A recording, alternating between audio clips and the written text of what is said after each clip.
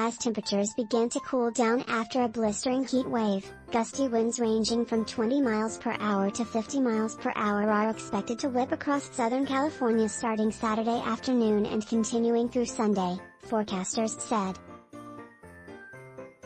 Mountain areas in Los Angeles, Ventura and Santa Barbara counties are expected to see the strongest winds between 3 p.m. Saturday and 3 a.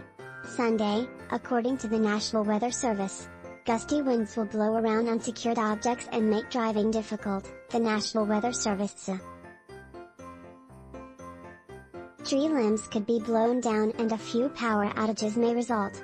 Temperatures Saturday ranged from the high 70s in downtown Los Angeles and Los Angeles International Airport to the mid-80s in inland and valley areas. The cooling trend follows a sudden but brief heat wave that culminated Friday with record temperatures across the Los Angeles area, according to the weather services.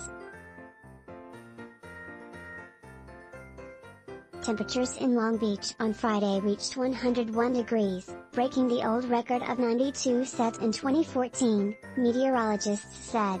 Camarillo reached 99, breaking the record of 86 set in 2003.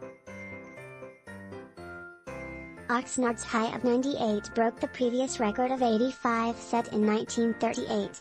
And Santa Barbara reached 90 degrees Friday, breaking the record of 87 set in 2019. The unseasonable spring heat wave was a cause for concern. Forecasters issued a heat advisory as well as warnings about increased fire danger and risk of heat-related illness. Experts also called attention to drought conditions that continue to grip California. Temperatures are expected to fall significantly in the coming days with highs expected to be about 10 degrees cooler in most locations Saturday, forecasters said. The National Weather Service's high wind warning will remain in effect until 3 a. Sunday.